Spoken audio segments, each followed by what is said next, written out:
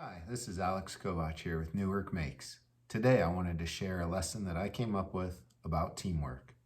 A lot of kids are told that teamwork is going to be an essential skill as they get older, yet very few teachers that I've spoken with know how to explicitly teach kids how to work together.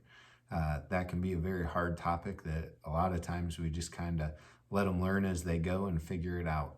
I've developed this lesson in order to help kids start to think about what it means to work in a team, what kind of qualities they have, and what can help them pick correct team members to get the job done. For the first step of this process, I picked random groups of students between 3 and 4, however it works out for your class size. When I say random, I did make sure that kids that I knew were friends, I did not put them together. Step 2 is to find a task.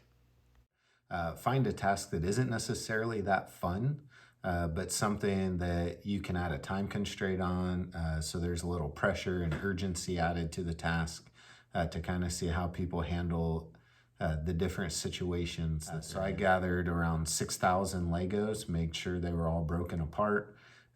We found a small 10 by 12 room in part of our innovation center, and I simply tossed all 6,000 Legos all over the place. As they watched me, I didn't tell them that's what I was going to do. I just kind of said, hey, your group is going to have a task. Here are the Legos, clean them up. You got to have everyone cleaned up. Group with the fastest time wins. Step 3, chaos. Make sure you record it. As the students were working through this task, I did remind them to be mindful of what they were thinking at that moment, observe what other people in their group were doing, how the completion of the task was actually happening. That was real important for them to kind of take note of their thoughts and feelings during the process.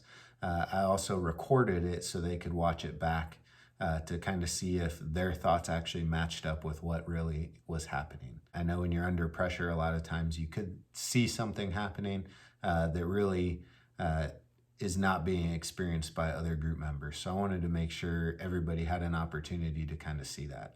This is a clip from one of the groups completing the task. You can see some of them just dove right in, hurried up, and just started picking up stuff. Others were maybe thinking a little bit about how to attack the problem, which strategy they would take. And once they got settled in, they kind of stayed in their place, did what they thought was going to help the group out, where others bounced around all over the place trying to help out everybody, not really wanting to just stick to one task, but kind of get involved in everything. You can see some of the boys grab the green boards as a little innovation to kind of speed up the process. And another boy saw a chessboard just outside the room, grabbed that, started using that, thinking he could collect even more Legos at a time. As they got closer to being finished, some of them started going around trying to pick up the straggler Legos around the perimeters, while others just kept steady with what they were doing.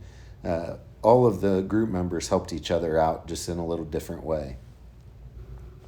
Step 4, the analysis.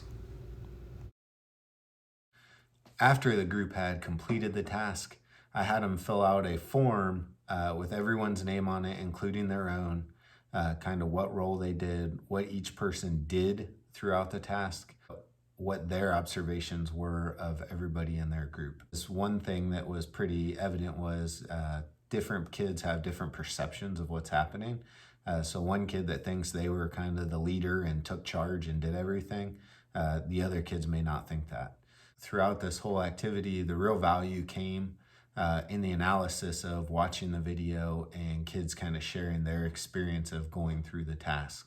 It made them a lot more aware of kind of what their strengths, what their just natural roles that they just hopped right into were. Students were also able to kind of see what other kids did. So when they go to create teams for the entrepreneurship class, which is a pretty big commitment. It's a semester-long course, and they pick teams for almost the entire semester. leave comments down below if you have any ideas to improve this lesson or any questions you may have for me. Thanks for watching.